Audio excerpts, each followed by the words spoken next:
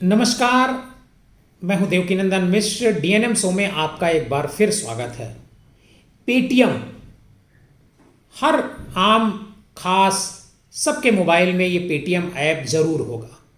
Paytm app, जैसा कि RBI का निर्देश है कि 29 फरवरी को बंद हो जाएगा, लेकिन आज इसमें एक नया मोड़ आ गया। नया मोड़ ये आया कि जो उसके ओनर हैं, मालिक हैं विजय शेखर शर्मा, उन्होंने कहा कि पेटीएम बंद नहीं होने जा रही है और पेटीएम के खिलाफ किसी तरह की कोई जांच भी नहीं है। मतलब पेटीएम किसी तरह की कोई जांच से इनकार कर रहा है। पेटीएम का यह भी कहना है कि इन्फोर्समेंट डायरेक्टरेट की तरफ से कोई जांच नहीं की जा रही है। तो क्या आरबीआई ने जो कहा, आरबीआई ने जो उसमें लेन देन हुए, उन गड़बड़ियों को देखते हुए पेटीएम के कारोबार पर पूरी तरह से रोक लगाई, वो क्या थी? और दूसरा सवाल कि अब आरबीआई पर रोक लगने के बाद, आरबीआई की रोक के बाद आखिर कौन है जो पेटीएम को बचाने की कोशिश कर रहा है?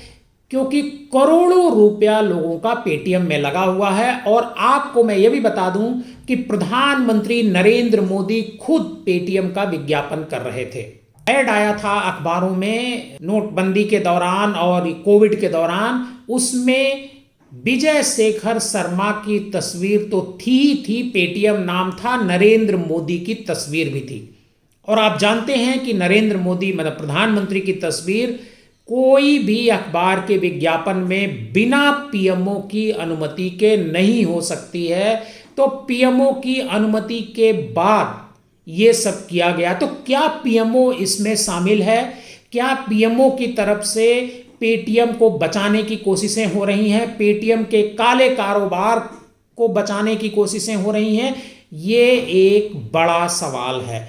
और आज ये सारे सवाल कांग्रेस की तरफ से पूछे गए। कांग्रेस की तरफ से सुप्रिया श्रीनेत ने बहुत लंबी इस पर प्रेस कॉन्फ्रेंस की है। आप उनकी प्रेस कॉन्फ्रेंस को एक बार सुनिए। कुछ बड़े सवाल खड़े हो जाते हैं, कुछ बड़े गंभीर मुद्दे खड़े हो जाते हैं जिसको उठाना जरूरी है। क्या मोदी जी के मधुर संबंधों के चलते उद्योगपति कानून को ताक पर रखकर काम कर रहे हैं? इतने सारे उल्लंघनों के बावजूद भी पेटीएम पेमेंट बैंक को इतनी लंबी ढील क्यों दी गई? 2017 से ही अनियमितताएं शुरू हो गई थी, 7 साल तक इतनी लंबी ढील क्यों दी गई? मनी लॉन्ड्रिंग जैसे गंभीर आक्षेप लगे हैं। एनफोर्समेंट डायरेक्टरेट उसके बारे में क्या कर रहा है? ईडी कौन सी नींद सो रहा है पेटीएम को लेकर? यह जरूर पढ़ना चाहिए।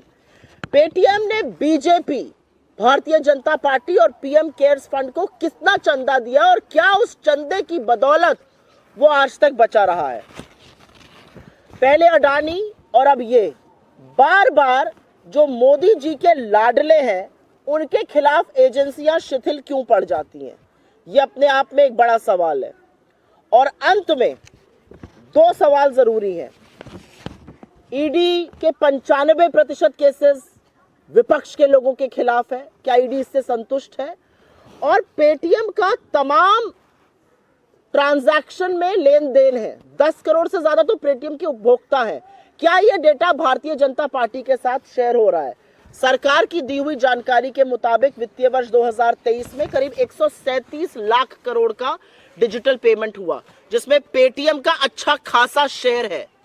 क्या ये दावे के साथ कहा जा सकता है कि यह डेटा गोपनीय है, यह डेटा सुरक्षित है, या इसकी ब्रीच हुई है? ये बहुत सारे प्रश्न हैं। पेटीएम का स्टॉक लगातार गिर रहा है, माइनॉरिटी शेयर होल्डर्स इससे आहत हैं। पर सबसे बड़ा सवाल यह है कि जिस कंपनी पर मनी लॉन्ड्रिंग जैसे गहन आरोप इस देश के banking regulator reserve bank of India ने लगाए हैं, वो किस तरह से खुला घूम रहा था और प्रधानमंत्री उसका प्रचार प्रसार और पैरवी क्यों कर रहे थे? आज ये सवाल उठना भी जरूरी है और इसका जवाब भी आना जरूरी है।